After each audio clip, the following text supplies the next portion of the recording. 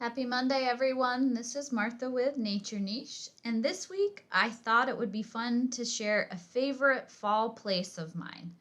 Located a few miles west of Paradise in the northeastern Upper Peninsula of Michigan, Tahquamenon Falls State Park is the second largest state park in Michigan, with close to 50,000 acres of land. The park is home not only to the main attraction, the Upper and Lower Tahquamenon Falls, but also boasts many hiking trails, including some stretches of the North Country Trail, plus opportunities for boating, fishing, and camping around 13 inland lakes. If you're looking for a fall color tour location, now's the time to check them out. They were just starting when we recently visited. The park is open year round, with snowshoeing and cross country skiing being popular in the winter months. The mighty Tahquamenon River begins as a small creek in the Tahquamenon Lakes area of Luce County and flows almost 90 miles in a generally eastward direction before eventually flowing into Lake Superior. The river drains an 800 square mile watershed, and the water gains momentum as it flows from higher elevations into the river valley. Along the way, there are a series of scenic waterfalls known as the Upper and Lower Tahquamenon Falls.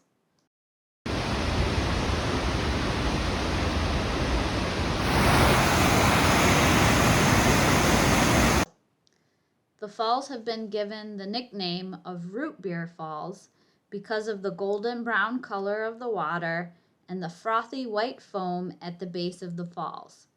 The brown color of the water is due to tannins that come from decomposing vegetation originating from the many cedars, hemlocks, and spruce trees that are found in the boreal wetland of the river's headwaters and the landscapes of the overall drainage basin.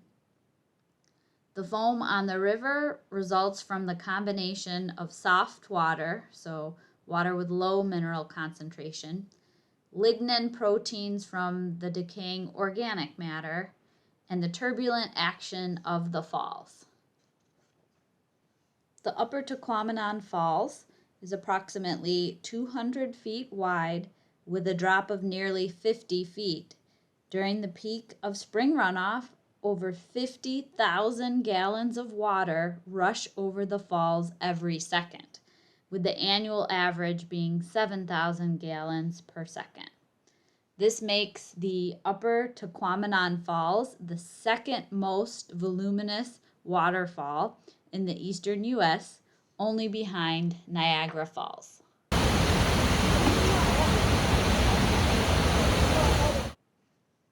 Lower Tahquamenon Falls is a series of 5 smaller waterfalls cascading around an island. Although not as dramatic as Upper Falls, they are equally magnificent.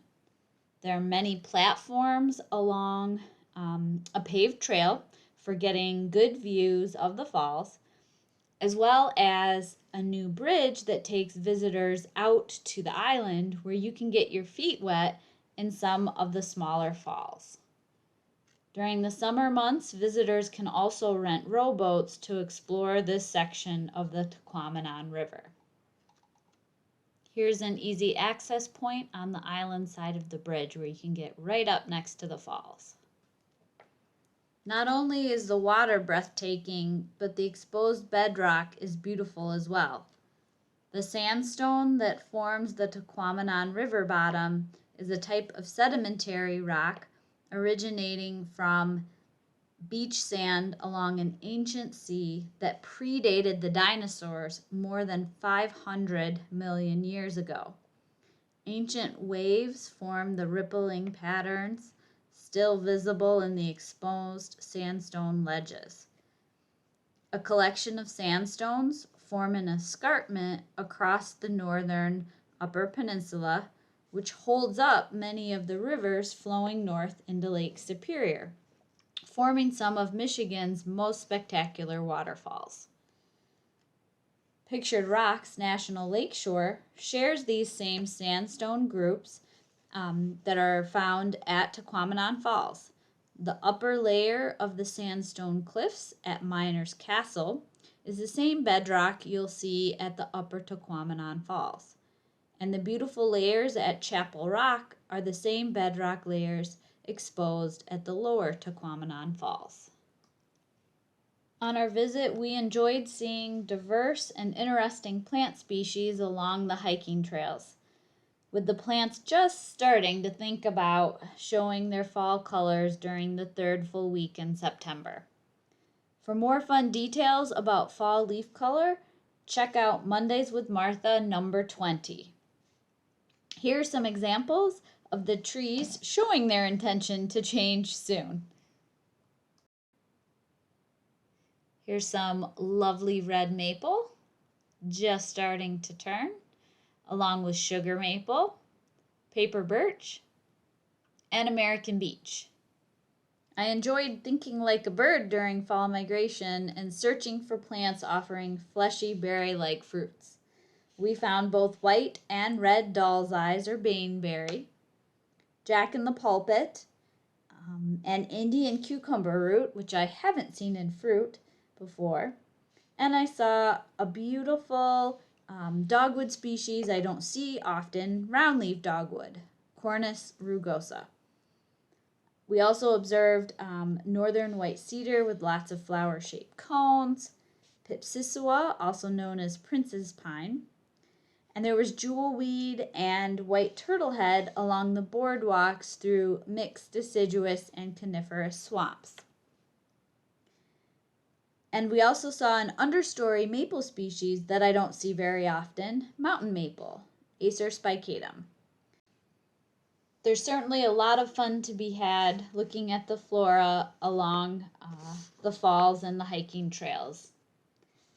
For fauna, moose are occasionally seen feeding in wet areas of the park, especially along M123 between Paradise and the lower falls.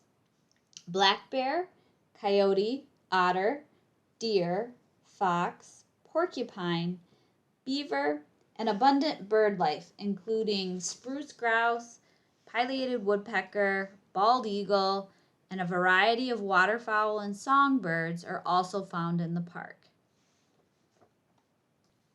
We saw this busy American red squirrel eating a furred cone along the trail and tormenting the canine hikers. I hope you enjoyed this snapshot of Tahquamenon Falls State Park and that you're able to go see the falls and the surrounding flora and fauna in person in all their glory sometime soon. Take care and have a good week.